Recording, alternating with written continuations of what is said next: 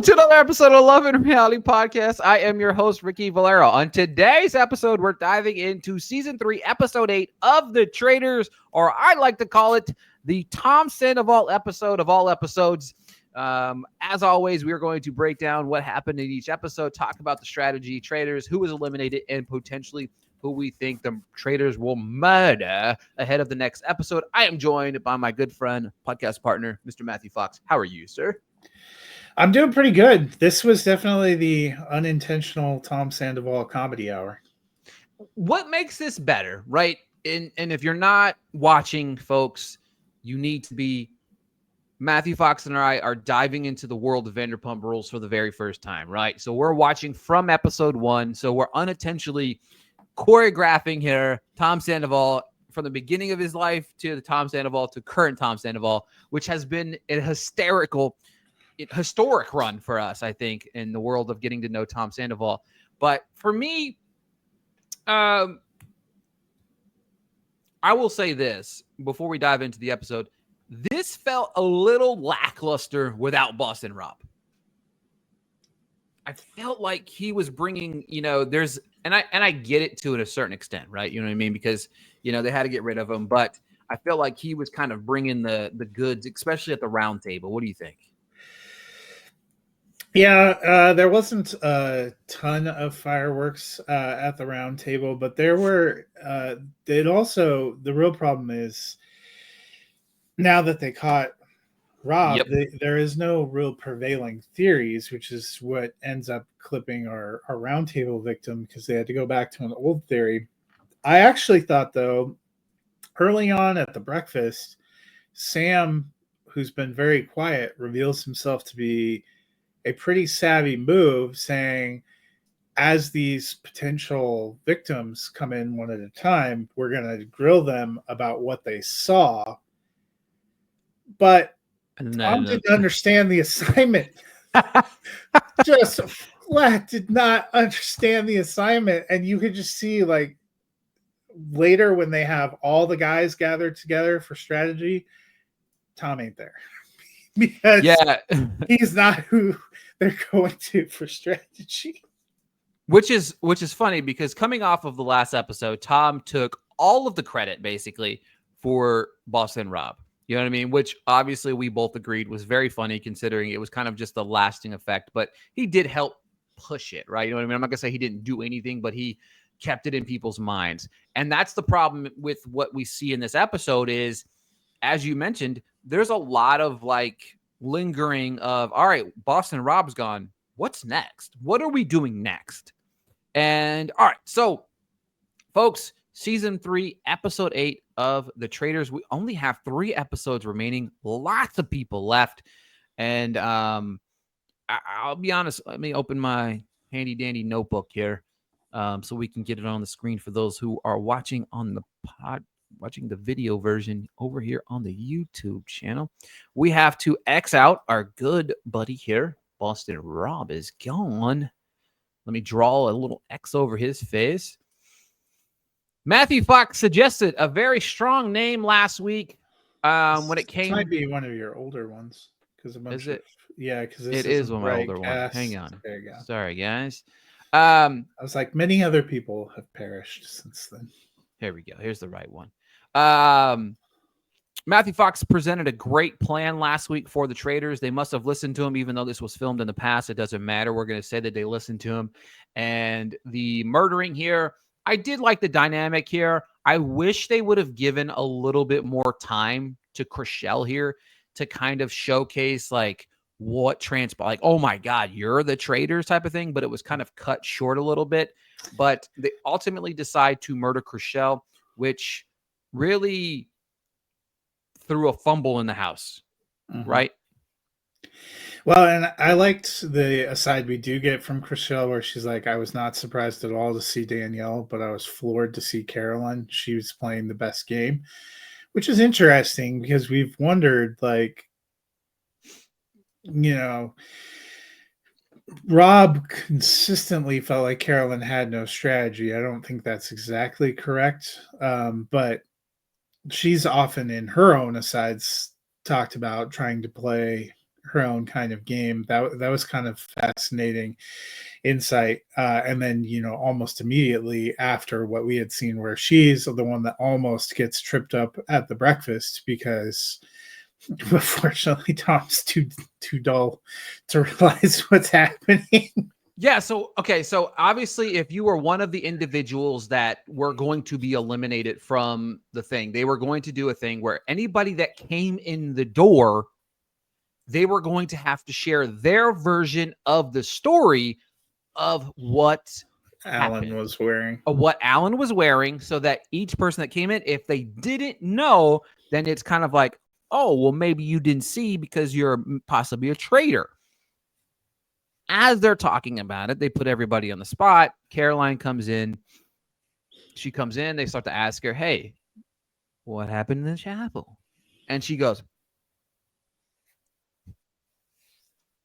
all these other weird, funny faces that she likes to make. And Tom saves the day. And this is the problem. I thought at this moment, I was like, I thought this was going to be the nail in Tom's coffin, because I thought maybe they were going to, he was going to try to, they were going to try to say he maybe intentionally like sabotage this moment, steered people the wrong way so that, whatever. But of course, it is what it is. But I still think, in my opinion, Dylan should have been murdered here. I still think that. I still believe that I would have murdered Dylan, because while he's not where he was at the beginning, being a good game player, I still think that he's going to figure some stuff out. Even though I agree with you, Sam is much stronger than I thought that either one of us thought he was going to be. It's because he's been listening to Stronger from his ex. Stronger than yesterday.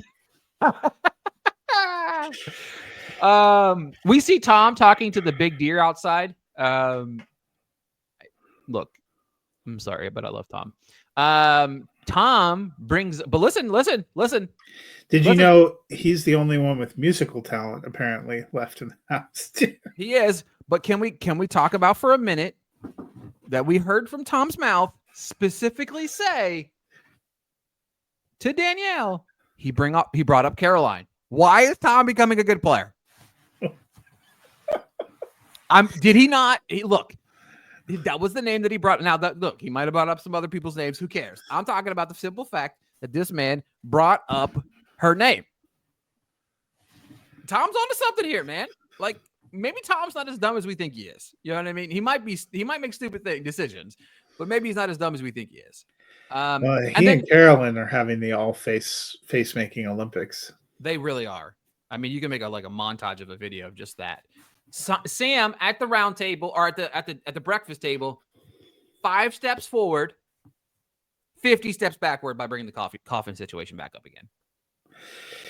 Well, so here's the problem though.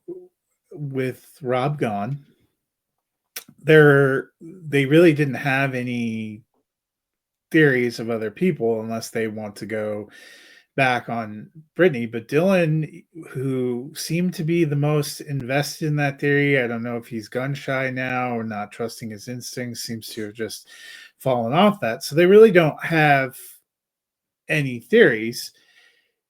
I think the coffin theory, the only part that sort of made sense, they make overtures to it, and you have to wonder if this is the way they edited the episode too. I thought Sierra was teamed with Rob in the last episode. She was the only one that was vocally on his side at the round table, voted with him. They seemed to be a little bit in lockstep, so that may have given a little more validity. And I think Brittany does reference that at the round table, but it feels like there's pieces. It's just like Dylan the week before. His argument for Brittany was not just that it got mentioned by Derek, but that they had a blowout fight. But these, not all the evidence comes out. Like, are you not laying out things correctly, or is it being edited in a way that makes your argument look crappier? That's the part you can never totally tell. This is why I think the coolest thing that the Traitors could do, you have to edit everything down to a TV episode, right? I understand you have to edit it down to an hour.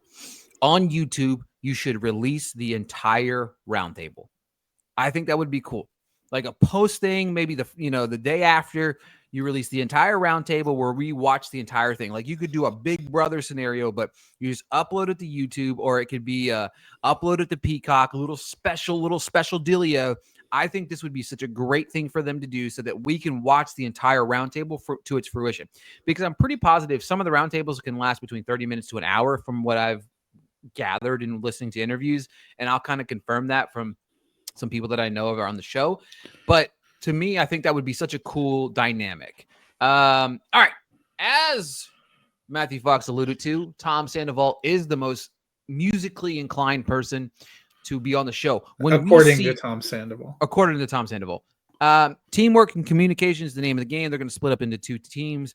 They have to go to these little creepy looking bear things, blah, blah, blah, blah. They have to sing these little hymns, whatever they're called. You know, what are they called?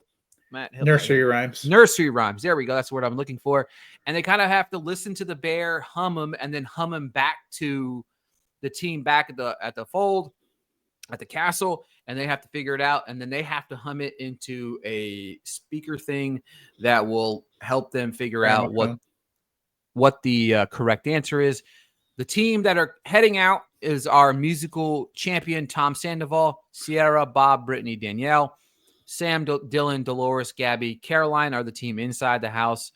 Danielle knows that Caroline might target Brittany and wants to help her avoid elimination. The dolls were super creepy. Let's just go ahead and throw that out there. The dollhouse was also deeply unsettling. Yeah, everything about this was deeply unsettling. The dolls were like spraying things at things.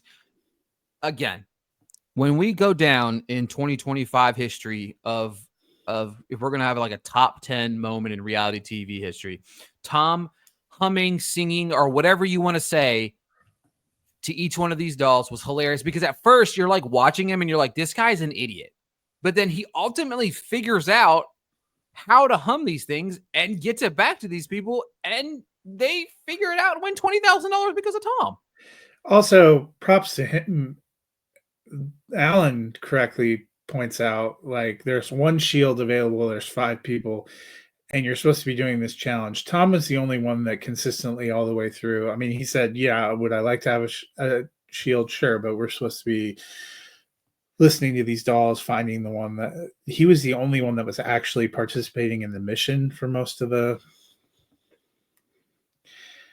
So props to him for actually taking the assignment seriously and trying to win money to this pot that you're trying to win. If the money, it doesn't, I mean, at the end of the day, I mean, they could win up to $250,000, but right now it looks like, I don't remember how much is in the pot. It's like 80,000 or something like that. I think it is, or something like that. But yeah, so Tom giveth, Tom taketh. We're at the round table, and to me, very uneventful round table, because we knew what they were going to go to the round table and do. And the same reason why they eliminated Rob was the same reason why Sierra got eliminated. We need to close the chapter on the only thing that we are confident in. Rob, you might be a traitor. We have to explore this. We got to get rid of you. The coffin thing, it goes out the door after this week, because if Sierra's gone, all 3 people that were in the coffin are now been eliminated from the show. Tom meant to say that girls are better traitors than guys. Instead, Tom says girls are better cheaters. And Tom gets roasted for his comment. It was hilarious. Tom takes 5 steps forward. Tom goes 1,000 steps backwards. And then, sadly, he was a little bit quiet for the rest of it. Yeah, he knew that there was no chance in hell. No chance in hell here. Everybody voted for Sierra. Everybody. Except for Sierra. It was an anonymous voting out. She's not a faithful, not really much of a surprise to a lot of people. Very disappointed in Dylan for voting with the crew. He has been shown not to do that. This time he kind of did. Was disappointed in Dylan this episode. We're down to 9 people. Well, Dylan was actually the first to vote, so he may not have maybe he just felt. I thought the weakest response though was Dolores, who says, "I voted for you, Sierra, because my not Yeah. voting for you would not have saved you." You don't know that when you're filling that little card out. Yeah, exactly. I mean, 1, 2. She was like the 5th person to go too. You know I what I mean, mean? Yeah. own your stuff. Yeah, exactly. Dylan's a sad panda because he went with the popular vote. So we're seeing in here, Carolyn and Danielle are talking. She asked who has a shield. She wouldn't reveal to her at that moment who has the shield, which Caroline was kind of suspicious of. Dylan, Ivar, and Sam were in that room together. And then Dylan kind of comes out and they're like weirded out by him being there. Dylan now thinks Gabby's a traitor, but then also might wonder if Danielle is a traitor. They have to murder Dylan. I firmly believe that he needs to be the target. Now, this is where things get interesting. When we're in the pod or in the pulpit here, Danielle reveals that Sierra has a shield. Caroline said she heard she didn't have the shield. Now they're arguing again. So of course Alan walks in, which this is very interesting. There is only 3 episodes left. Episode 9, 10, 11. There's 9 people left, 2 traitors, right? We have 2 traitors left. And now they run the opportunity here of adding another traitor to the mix. Now, what they can do is if they add the traitor, they don't get to murder somebody that night. That person will be added to the group for them right then. Now, what happens with Danielle here, you see a mile away. Danielle wants it to be Brittany. If Caroline lets Brittany into that pulpit, it'll be the single worst gameplay of the entire season. So they have the option to either murder as normal, or it's not even that they would necessarily get a traitor. You send the recruitment if they decide to go or not. So you have to. Most of the time, people will pick it, but yeah. But so here is where, they give you a snippet, but you don't really know exactly how it's going. Leaving the round table, it seemed like the guys had come up with the idea that the remaining 2 traitors had to be girls. Mm-hmm. Immediately, when they're enabled to recruit a traitor, Danielle jumps on the idea that, well, they think we need another girl to give ourselves some buffer. That is the dumbest stuff I have ever heard. The first thing I was thinking, and I'm just going to stand by this, they either need to murder or recruit Sam. I agree with that statement because he's become too good He's of a player. The one that's, I get what you're saying about Dylan, but I think Dylan's a little bit of a flag flapping in the breeze, waiting for a strong hand. Honestly, if it's me, I would recruit Sam because that makes sure you have one of the guys to keep the guys from just deciding that it's all females. Mm-hmm. So then you pull him onto your side and no one suspects him. So that's even greater. Or you murder him and take him off the board, which Ivar and Dylan and Tom are not going to be able to unify. There is no there. Sam gets along pretty well with Dylan. Sam and Ivar have become buddies. Yep. None of them can really figure out what the hell to do with Tom. So Sam, because if you go another girl here, them thinking about, well, we either need to recruit Brittany or Gabby, that's a fool's errand for a group of fools. Yeah, and that's the big thing is Danielle only wants the Brittany because she wants the protection, right? You know what I mean? And that's where that's the problem with some of the people and their gameplay in this season is the fact that they're not trying to actively be more involved. The traitors aren't actively trying to have more people on their side. That's the one thing that Rob did very well. Rob had Dylan. Rob had Sierra. Yeah. Well, he thought he had Gabby, but she voted against. I mean, he lost. He did for a while. Yeah. But I think he lost her just because everybody was trying to check that box, but at some point in time, Rob had a few people on his side that were willing to be on his side and stand up for him. Danielle and Caroline, Danielle has Brittany, and that's about it. Caroline is in La La Land 90% of the time. I do think some of that is an act, but the problem is I wouldn't add anybody. I would murder somebody and go into the final 8 with just the 2 of you. Nobody is putting suspicion on Caroline. Danielle's name's been floated out. I do think that they need to, and somebody might bring it up, that you are going to have the conversation about why Danielle and Caroline went after each other so hard. They went after each other, and it has yet to be really brought back up. It was brought up a little bit, I think, in this episode. Somebody brought it up. I don't remember who it was.